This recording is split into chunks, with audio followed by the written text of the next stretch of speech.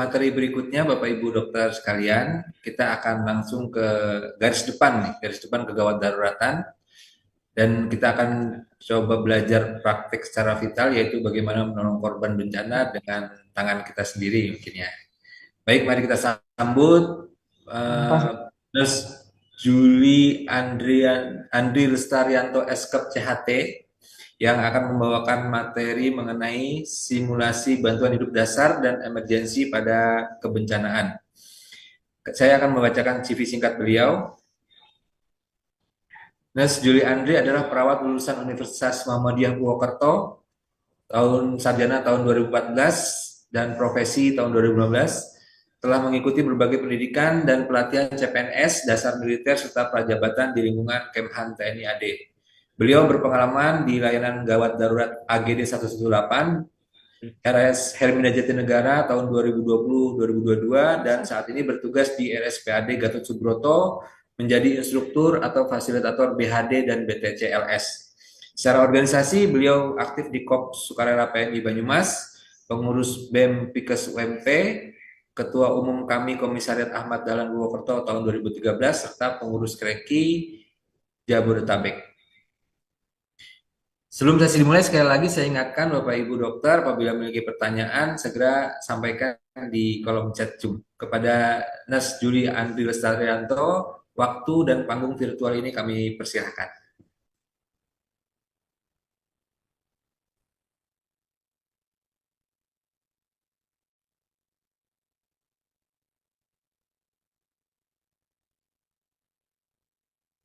Ya, Assalamualaikum warahmatullahi wabarakatuh.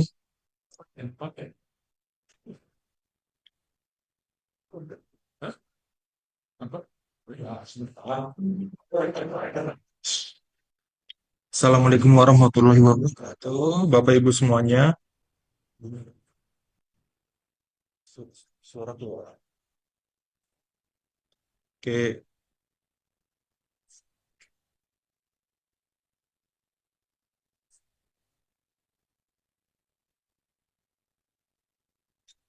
pada kesempatan sore hari ini saya diamanahi buat memberikan simulasi terkait bantuan hidup dasar dan emergensi kebencanaan ya. Eh, Mungkin tadi beberapa sudah disinggung sama narasumber-narasumber yang sebelumnya, sama dokter-dokter yang sangat hebat di Kreki ya.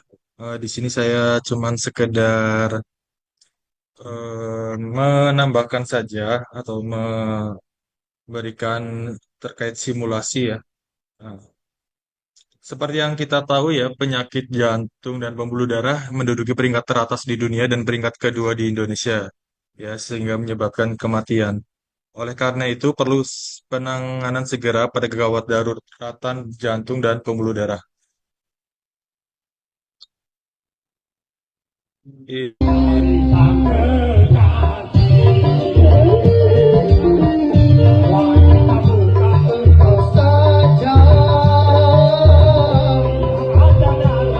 ada kasus terkait jantung ya. Kalau mungkin orang awam biasanya menyebutkan itu sebagai angin duduk ya. Ini ada bapak-bapak lagi asik.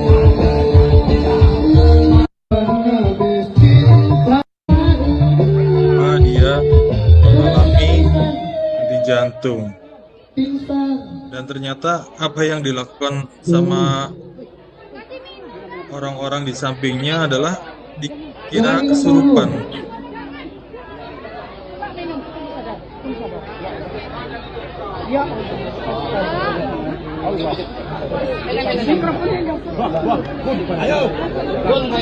Di Jambi-Jambi malah itu tabiat banget orang Indonesia ya, lihat orang seperti itu langsung dikasih Jambi-Jambi ya, dikasih minuman. Jangan kasih minum dulu, sesak napas, Ge. Padahal sangat berbahaya sekali jika ada korban mengalami seperti ini terus dikasih minum, ya itu bisa menyebabkan jalan napasnya terhambat ya sama cairan ya. Jangan di sini, bukan ya, tolong ya. Suruh minum. Buka baju, ini terlalu panas. Ya, baju dia buka. Baju gini Pak, dievakuasi ini udah Dokter Gita, kami minta izin. Dokter Gita.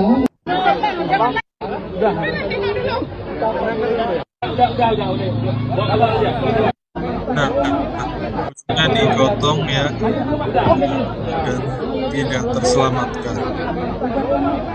Kira-kira apa sih yang sebenarnya harus kita lakukan ya sebagai orang yang ada di sekitar ya, atau mungkin first responder ya, atau pertolongan pertama yang harus dilakukan sebagai orang awam ya. Kita nanti akan pelajari bersama-sama ya terkait basic life support ya, ini mengacu ke American Heart Association ya di 2025. Nah, RJP adalah serangkaian tindakan pemberikan napas buatan dan pijatan jantung luar pada penderita yang mengalami henti napas dan henti jantung. Ini adalah rantai kehidupan dari tindakan henti jantung ya, atau OHCA istilahnya, out hospital cardiac arrest, ya, di mana rantai keselamatan yang pertama kita mengaktifkan emergency response ya, setelah setiap kita melihat adanya korban, misalkan tadi ada angin duduk atau tiba-tiba tidak sadarkan diri, nah, kita analisa dulu nih, terus cek respon ya, terus aktifkan emergency response ya. Terus rantai keselamatan berikutnya adalah kita lakukan high quality CPR. Nah, kita lakukan kompresi atau RJP yang berkualitas seperti yang tadi dijelaskan sama narasumber sebelumnya ya. Nah, setelah kita lakukan RJP yang berkualitas, jika didapatkan AED, ya kita bisa melakukan memberikan dengan AED, automatic external defibrillasi. Ya, ini tiga rantai yang pertama ini yang biasanya bisa dilakukan oleh orang awam ya, atau pertolongan pertama ya. Nah, kita nanti fokus ke tiga rantai keselamatan yang pertama ini. Nah, untuk tiga rantai berikutnya nanti sudah ranahnya di emergency medical service. Nah, ini untuk algoritma BLS ya, untuk lay rescuer ya, untuk orang awam ya. Yang pertama, jika kita mendapati korban ya, dia ada pernapasan yang abnormal atau gasping atau mungkin tidak sadarkan diri ya, kita langsung aktifkan emergency response. Kalau untuk di Indonesia mungkin bisa telepon ke 119 ya. Nah, untuk 119 kan sekarang di setiap daerah kabupaten itu sudah ada PSC-nya ya, PSC 119 ya. Nah, itu biasanya akan cepat untuk merespon ketika terjadi kegiatan kegawatan pada korban seperti ini. Nah, selain dengan kita aktifkan emergency response, minta bantuan untuk panggilkan tim medis atau mungkin ambulan, kita juga kalau tersedia, kita minta tolong untuk dicarikan AED atau Automatic External Defibrillator. Untuk di Indonesia sendiri biasanya untuk ketersediaan AED itu di lingkungan umum masih jarang ya. Yang beberapa kali pernah saya temui, AED ada tersedia di bandara, di stasiun itu sudah ada. Dan biasanya di rumah sakit yang ternama biasanya dia disediakan juga AED di lingkungannya. Nah, setelah aktifkan emergency response dan meminta AED, langsung kita ke kompresi dada atau STAR CPR. Nah, STAR CPR dengan kompresi yang berkualitas, yaitu press hard dan press fast. Ya, tekan yang keras. Ya, kerasnya itu seperti apa? Yaitu kita akan mengacu ke kedalaman kompresinya, yaitu sekitar 2 inci atau 5 cm.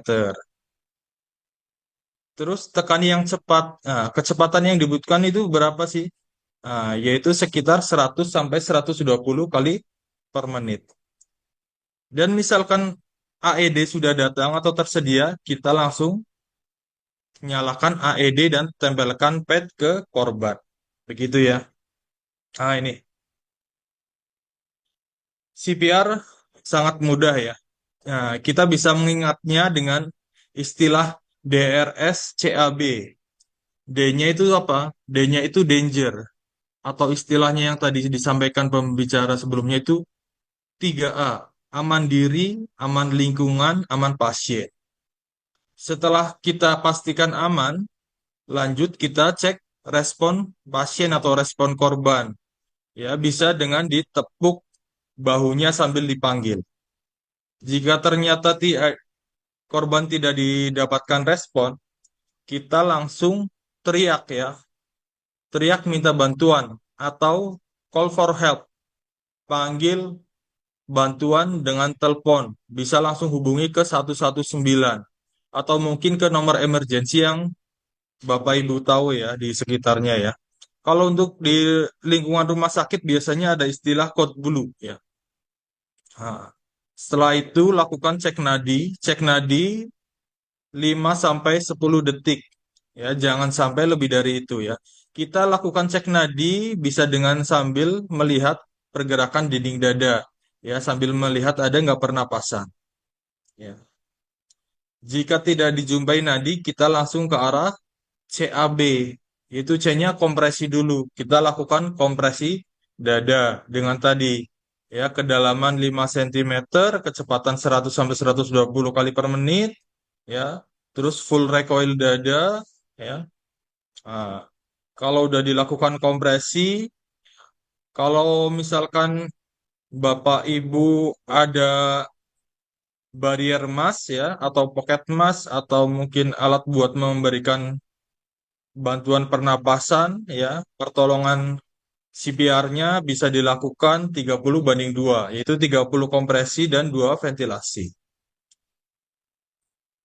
Setelah kompresi 30 kali, saat mau melakukan pemberian ventilasi atau pernapasan ke pasien yang 2 kali itu, kita pastikan airway-nya aman dulu ya. Kita buka airway-nya ya. Pastikan tidak ada sumbatan. Terus tadi pastikan jalan napasnya terbuka, bisa dengan head tilt chin lift atau jaw thrust. Gitu ya. Setelah itu baru kita lakukan pemberian breathing ya, mode to barrier ya, 2 kali ventilasi. Begitu seterusnya ya, 30:2. Nah, ini ya. Pertama ya, jika ada korban tidak sadar, pertama 3A, aman diri, aman lingkungan, aman pasien, kemudian cek respon. Jika tidak ada respon, panggil bantuan atau berteriak minta tolong. Terus aktivasi emergency system, ya bisa tolong panggilkan ambulan dan bawakan AED, ya atau mungkin aktifkan code blue kalau di rumah sakit. Ya. Setelah itu kita cek nadi dan pernapasan. Nadi karotis, ya di leher dan sambil lihat pengembangan dada ya secara bersama-sama sekitar 5 sampai 10 detik. Untuk cek nadi karotis pada dewasa ya bisa cek nadi pada orang dewasa bisa di area karotis ya. Jika nadi teraba, napas ada, langsung posisi miring mantap atau observasi pasien. Namun jika nadi teraba, napas tidak ada, kita berikan ventilasi 10 kali per menit atau evaluasi tiap 2 menit ya. Jika nadi tidak teraba, napas tidak ada atau napas gasping, segera lakukan RJP atau CPR. Ini ya kompresi dada ya. Letakkan tumit tangan penolong di atas tulang sternum pasien ya, di setengah dada bagian bawah ya. Untuk kecepatannya 100 sampai 120 kali per menit, kedalaman 5 cm atau 2 inci, perbandingan kompresi banding ventilasi 30:2. Berikan kesempatan recoil sempurna ya. Pastikan dada mengembang sempurna terlebih dahulu baru dilakukan kompresi berikutnya.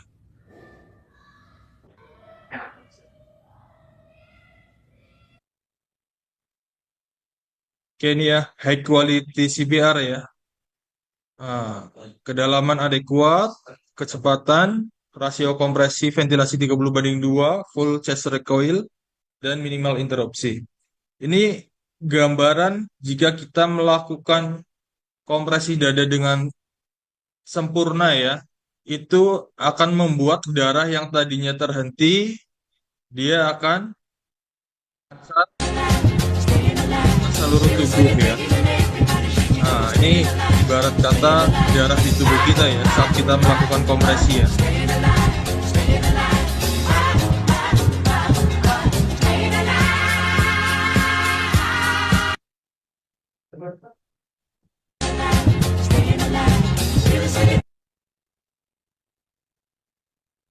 Ini langkah berikutnya setelah kompresi ke airway ya.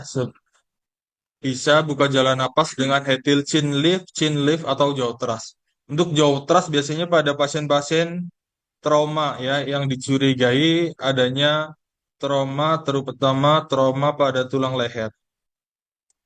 Nah, setelah airway pasti aman, udah terbuka, kita berikan breathing atau pernapasan. Hindari resiko infeksi, hindari kontak langsung ya, terutama kalau kita mungkin tidak tahu korban yang kita tangani, pastikan tidak perlu memberikan bantuan pernapasan ya. Kalau mungkin untuk keluarga kita sendiri, lingkungan kita yang kita tahu korban itu aman dari penyakit yang menular ya, boleh misalkan mau memberikan ventilasi ya. Kalau ada tersedia bisa menggunakan pocket mask ya atau barrier mask ya. Nah, ini ya, bisa menggunakan CPR mask atau pocket mask ya. Atau mungkin dia ada barrier device ya. Ini bisa didapatkan di mungkin apotek-apotek terdekat ya. Nah, ini sangat berguna nih jika nantinya kita menjumpai ada korban-korban yang memang butuh dilakukan tindakan CPR. Sehingga saat kita memberikan ventilasi atau bantuan napas pada korban, kita aman gitu ya. Nah, barrier device-nya ini diletakkan di wajah korban. Nah, ini ya saya simulasikan ya untuk CPR 30:2 ya. Jika kita menemukan korban tidak sadarkan diri, pertama kali yang harus kita lakukan adalah aman diri, amankan lingkungan, dan amankan pasien. Setelah itu kita cek respon pasien. Jika pasien tidak berespon, kita panggil bantuan. Tolong panggilkan tim medis dan bawakan AED. Setelah itu kita cek nadi dan pernapasan.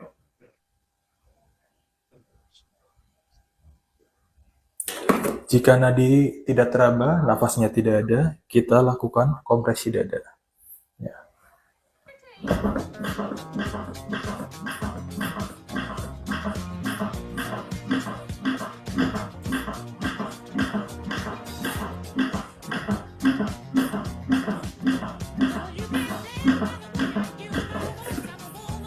Kompresi dada 30 kali dan 2 kali ventilasi. Untuk kompresi dada kita bisa mengikuti kalau untuk lagu zaman dulu itu lagu itu cukup untuk mencapai. Pastikan kompresi sempurna ya, ditandai dengan kedalaman tercapai, yaitu kedalaman 5 cm, kecepatan 100 sampai 120 kali per menit, dan pastikan dada recoil sempurna. 30 kompresi, 2 ventilasi.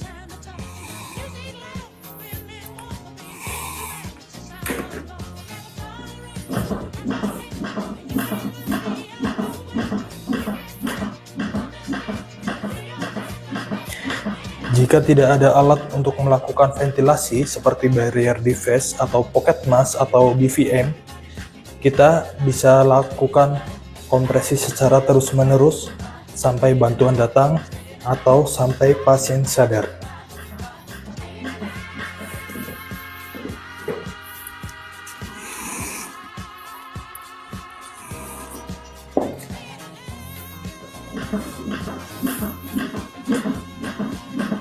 Saat pasien berespon, Kita hentikan kompresi dan kita periksa nadi dan pernapasan.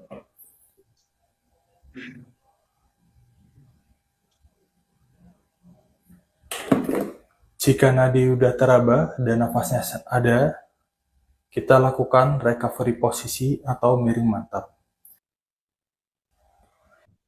Nah, seperti itu ya, kurang lebih gambaran saat kita mensimulasikan RJP atau CPR 30:2 ya. Yang terpenting adalah high quality CPR harus dilakukan ya, sehingga nanti darah bisa mengalir secara sempurna. Ya. Terus misalkan tadi tidak ada dijumpai barrier device atau mungkin pocket mask atau BVM, nah, kita bisa melakukannya cukup dengan hands only CPR atau kita kompresi secara terus-menerus menggunakan Jika kita menemukan alat korban tidak sadarkan diri, untuk memberikan pernapasan ya. Nah, jika tidak mungkin memberi bantuan napas, kita cukup hands only CPR. Gitu ya. Lakukan CPR 100 sampai 120 kali per menit tanpa ventilasi. Ini untuk gambaran hands only CPR ya. jika kita menemukan korban tidak sadarkan diri, pertama kali yang harus kita lakukan adalah aman diri, amankan lingkungan, dan amankan pasien. Setelah itu kita cek respon pasien. Jika pasien tidak berespon, kita panggil bantuan. Tolong panggilkan tim medis dan bawakan AED. Setelah itu, kita cek nadi dan pernapasan.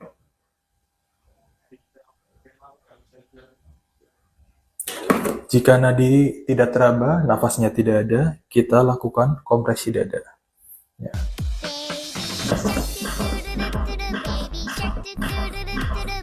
Jadi ya, kita bisa menggunakan juga lagu Baby Shark ya.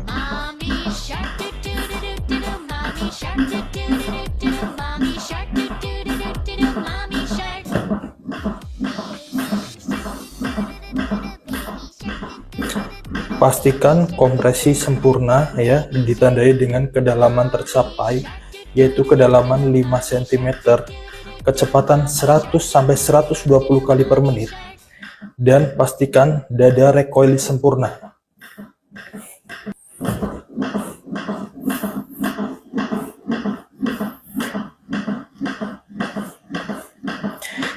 Jika tidak ada alat untuk melakukan ventilasi seperti barrier device atau pocket mask atau BVM, kita bisa lakukan kompresi secara terus-menerus sampai bantuan datang atau sampai pasien sadar. Saat pasien berespon, kita hentikan kompresi dan kita periksa nadi dan pernapasan.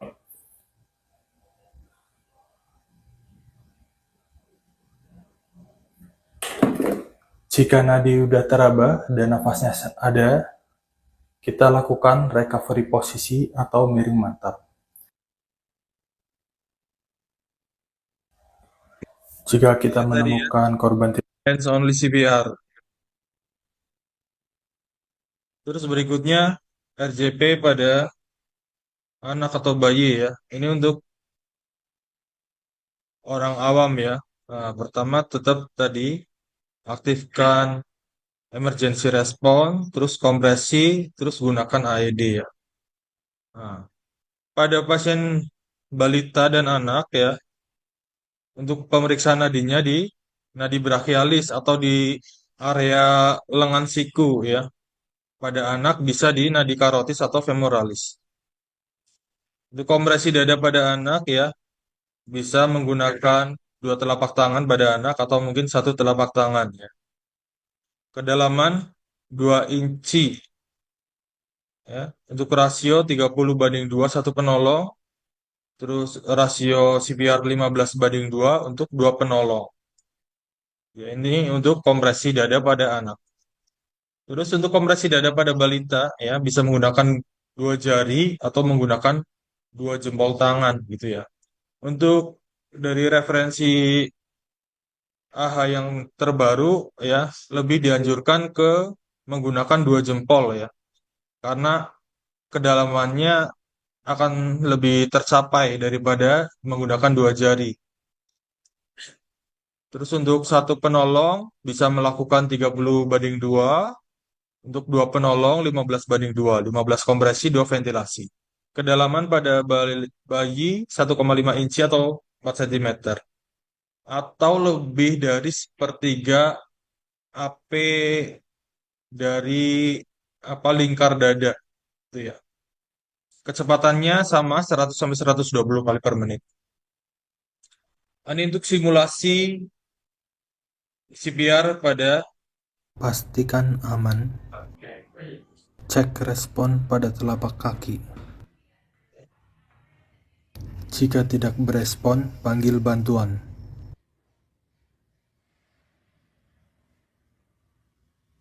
Cek nadi brachialis. Jika nadi tidak teraba, lakukan CPR segera dengan 2 jari. Baby shark, do do do do do do. Baby shark, do do do do do do. Baby shark. Mommy shark, do do do do do do. Mommy shark, do do do do do do. Mommy shark, do do do do do do. Mommy shark. Baby shark, do do do do do do. Baby shark, do do do do do do. Baby shark, do do do do do do. Baby shark. Mommy shark, do do do do do do. Mommy shark, do do do do do do. Mommy shark, do do do do do do. Mommy. Pastikan aman. untuk simulasi CPR. Jadi untuk cek respon pada bayi adalah kita melakukan penempukan pada telapak kaki bayi ya. Jadi jangan sampai ditepuk-tepuk bahunya ya. Nah, lebih ke ditepuk-tepuk pada telapak kaki bayi. Nah, ini untuk gambaran recovery posisi atau miring mantap ya. Yaitu tangan yang terdekat dengan penolong ya dikataskan, terus tangan yang di sebelahnya ditaruh di pipi, kemudian kaki yang jauh ditekuk, habis itu dimiringkan. Tujuan dari recovery posisi adalah agar jalan napasnya terbuka maksimal ya, dan untuk mencegah aspirasi ya, karena biasanya setelah kita melakukan CPR nanti bisa menyebabkan isi perut bisa keluar juga ya. Kalau nggak dimiringkan nanti bisa menyebabkan tersedak atau aspirasi karena tadi cairan atau sekret yang keluar dari mulut. Terus untuk miring mantap pada bayi ya bisa dilakukan dengan seperti yang terlihat di gambar ya. Nah, bayinya dimiringkan ya. Nah, sambil kita mempertahankan jalan napasnya agar terbuka maksimal. Nah, ini untuk berikutnya terkait AED ya, Automatic External Defibrillasi, atau alat untuk memberikan listrik ke jantung secara otomatis. Ini beberapa tempat di Indonesia yang sudah ada AED ya di fasilitas umumnya, ada di bandara, ada di beberapa stasiun juga ada. Nah, otomatis kita sebagai orang awam nih minimal kalau untuk tenaga medis saya yakin udah pada bisa menggunakan ya. Yang kita tuju ya agar orang awam pun bisa menggunakan. Jadi alat ini tidak sia-sia gitu. Karena kan alat ini secara anggaran pun sangat mahal gitu ya. Jadi kita belajar bersama-sama ya. Nah, gimana caranya untuk penggunaan AED gitu ya. Oke.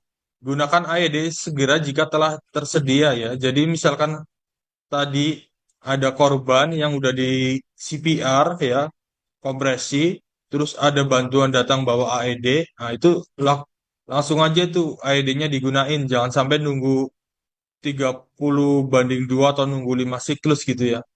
Jadi harus segera digunakan AED-nya.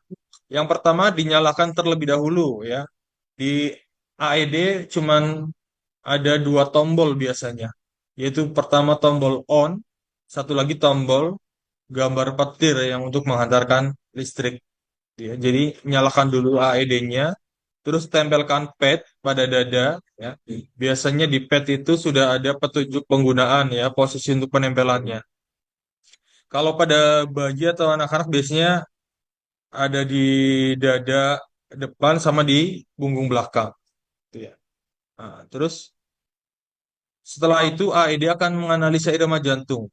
Ya, saat AED menganalisa, biasanya ada instruksi untuk stop CPR atau menghentikan kompresi, gitu ya. Jadi kita hentikan RJP sementara waktu, ya, jangan sampai kita menyentuh pasien ya, agar AED dapat menganalisa lebih akurat.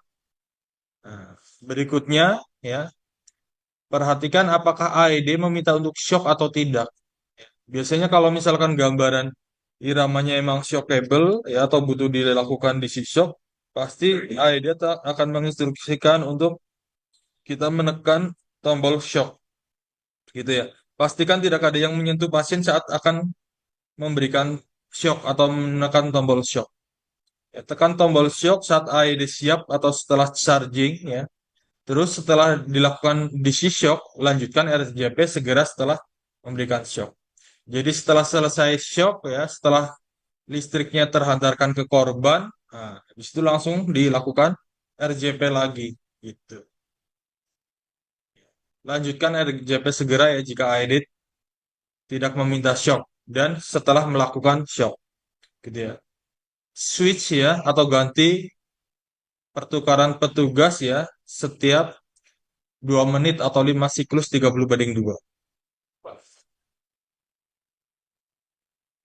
Ini ada video simulasi ya yang didapatkan dari Kreki Pusat ya untuk simulasi.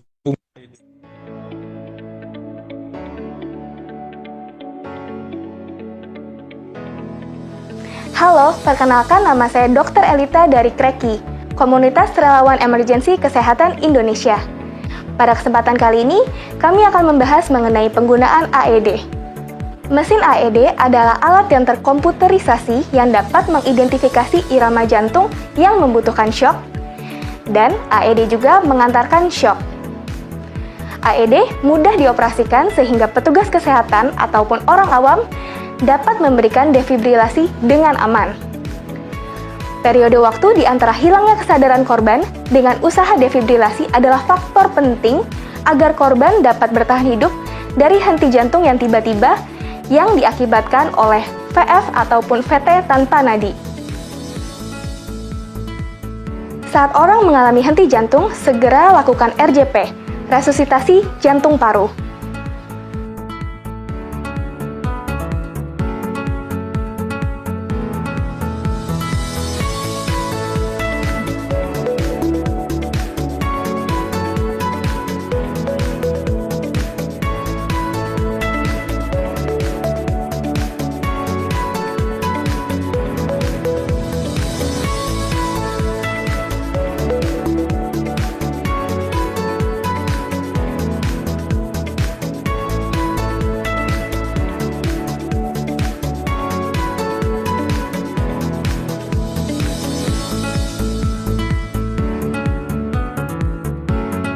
Pasien dewasa, panggil bantuan medis. Lepaskan pakaian yang menutupi dada pasien agar kulit terpapar langsung. Tarik tuas hijau untuk mengeluarkan bantalan.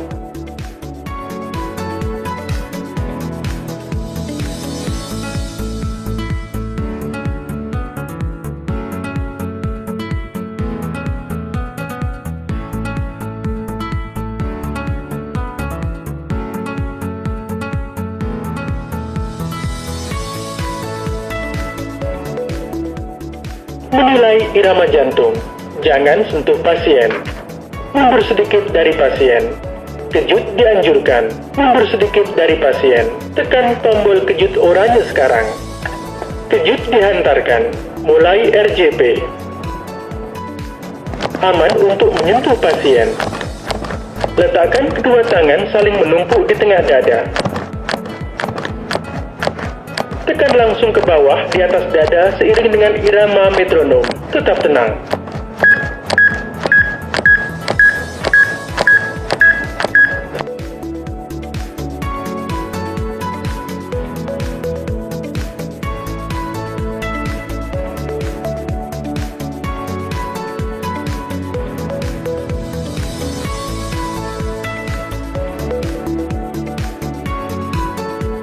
Lakukan RJP. Nah, itu ya untuk penggunaan AED. Untuk berikutnya kita ke choking atau tersedak. Ini mungkin Bapak Ibu sudah pernah melihat ya kasus seperti ini ya. Nah, ini ada gambar anak kecil ini tiba-tiba tersedak ya, dia sampai melotot ya. Tapi untungnya berhasil dia keluarkan ya. Nah, itu keluar ya. Ini ada lagi yang tidak tertolong ya. Ini rusak setelah tersedak 2 rambutan ya. Dia sampai meninggal ya. Seberapa penting sih kita tahu gitu ya untuk penanganan pada korban-korban tersedak ya. Nah, karena tersedak itu menghambat jalan napas. Otomatis kalau napasnya tidak ada yang mengalir sampai ke otak ya, dalam hitungan menit saja nanti bisa menimbulkan kematian otak ya. Tuh. Jadi sangat penting sekali kita melakukan penanganan pada tersedak atau nah, ya.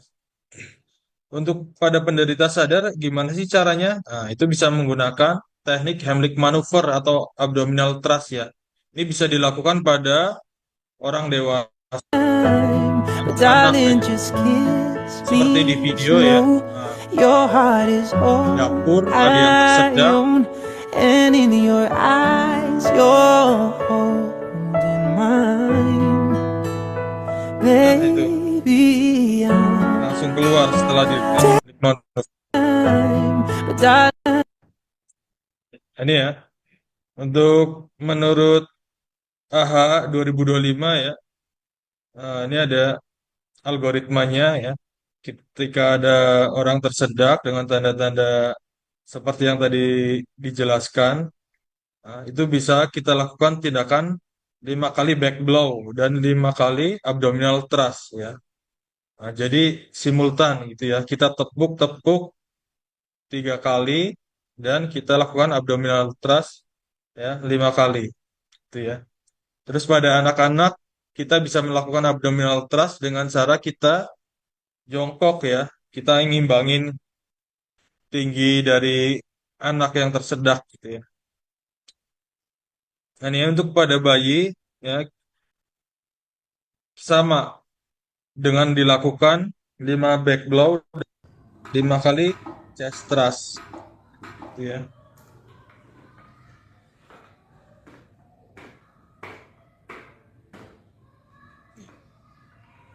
Seperti itu. Oke. Dan untuk Kabar kurang menyenangkan datang dari Seto Mulyadi atau ini yang untuk materi akrab tambahan disapa ya. Kak Seto.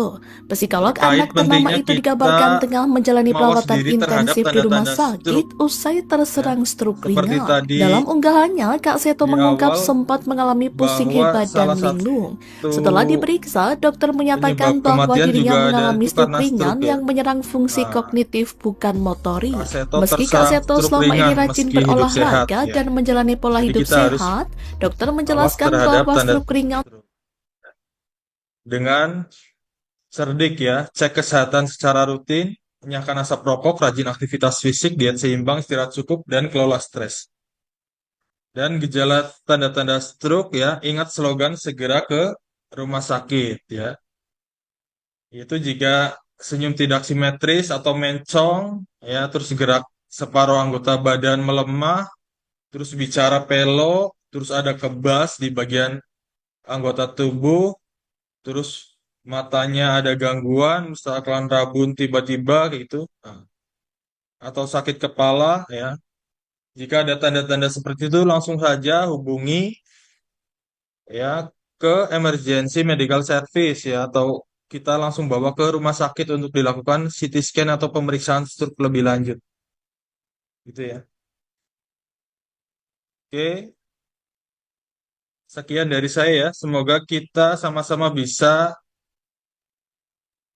menjaga ya lingkungan tetap aman ya. Atau istilahnya itu kita bisa menciptakan safe community ya, lingkungan yang aman, terutama pada diri dan keluarga kita di rumah. Oke, sekian dari saya. Terima kasih. Assalamualaikum warahmatullahi wabarakatuh. Waalaikumsalam warahmatullahi wabarakatuh.